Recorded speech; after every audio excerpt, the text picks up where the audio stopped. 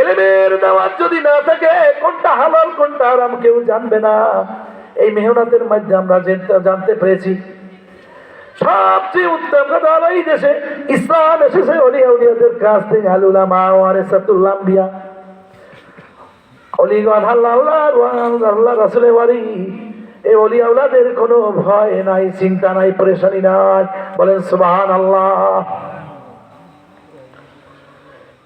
বিসমিল্লাহির রহমানির রহিম।